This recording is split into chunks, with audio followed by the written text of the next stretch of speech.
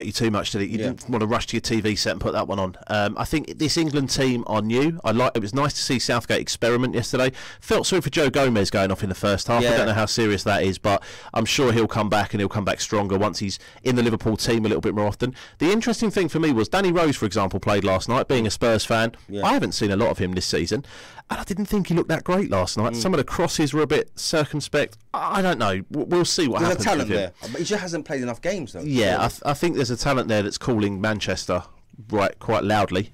He's not ended up there yet. Half. Definitely the red half he fancies, I think. But, you know, if he was in the blue half, can you imagine him and Kyle Walker playing in that Manchester City team? Oh, dear. But I think he's lost a yard of pace since he got injured. But that aside, look, Jesse Lingard scored his first international goal, as you said. I thought it was a good finish. I don't think the defence from Holland covered itself in all glory, but there's Virgil van Dijk again in defence. We talk about him at Liverpool, and he's this £75 million man.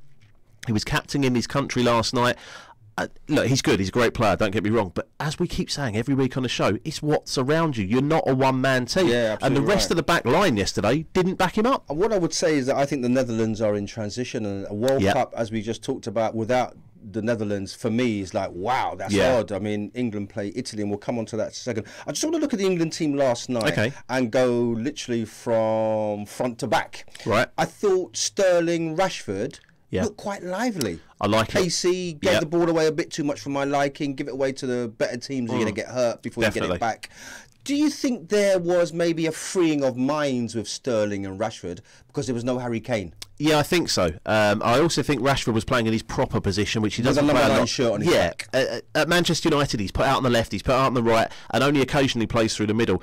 Sterling's a funny one for me. He reminds me a lot of Aaron Lennon with his running style, the way he gets to the end, and all of a sudden there's no end product. I think Sterling's got to work on that end product, because you imagine if he gets that right, puts those balls through, a De Bruyne type ball to Rashford in the World Cup, England are going to be on fire. You say that, Mike, but he scored more goals for Man City this season than he did last year, because I think the Guardiola effect has kicked in. But I understand your point that sometimes that final ball, that assisting ball, that De Bruyne and the Silvers of this world, just that final touch in the final third for me, is important. England's midfield, Henderson was in there, Oxlade-Chamberlain was in there. What do you reckon? I just don't rate Henderson. I don't know why he's in that team. He's captain. Yeah, he is, which is great, but it's another Rooney situation, isn't it? I don't understand why the captain necessarily gets straight in the team. I think it's a mistake from Southgate to give him the captaincy.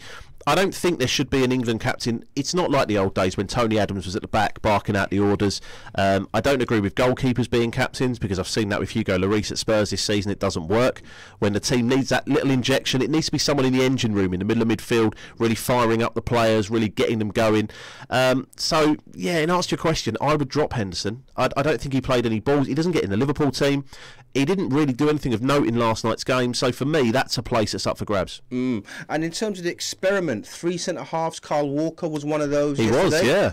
It seemed to work. I liked it. As long as you keep winning, it works. Yeah, and Glenn Hoddle made the point last night in commentary. You had Walker coming across from right centre-back, and all of a sudden he's on the left wing, he's on the right wing. And as he said at the time, while Jordan Henderson's on the pitch, or Eric Dyer, as we've spoken about in the past, as long as they drop back into that centre of defence role to do that covering, what we call the Makalele role for older listeners. But I think as long as he drops back and does that, let's attack in the World Cup. Let's not go and play Belgium for a 0-0 draw. Let's make sure, let's go to Belgium and say, look, we can see your fantastic talent. We're going to score 3 past you with our fantastic team. Yeah, can't disagree with that. And just finally, the goalkeeper.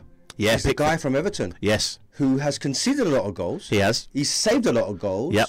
And is, to all intents and purposes, the man in form. And let me wind it forward for you. He's not a great penalty saver. I don't want to talk about penalties too early.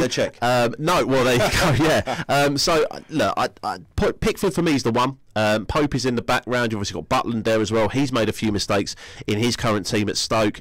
Joe Hart, he got one game last week. He kind of messed that up, as we talked about on air. So I think he's the best of a bad bunch, if I can say that, Jordan Pickford. They are talented footballers, don't get me wrong, but if you ask me to start one, it would be Pickford. Well, the other options are Joe Hart, who's not playing for West Ham. Yeah, not for me. There's Jack Butland, who's struggling at Stoke and conceding a lot of goals. As much of a muchness. I think so. Look, Joe Hart, they keep talking about he's got that international experience. This is the problem that's wrong with our team as an England team. Stop going on about, he's got 112 caps, therefore he should play. Do we bring David Beckham back with all of his caps? We wouldn't do it. So, yes, there's got to be some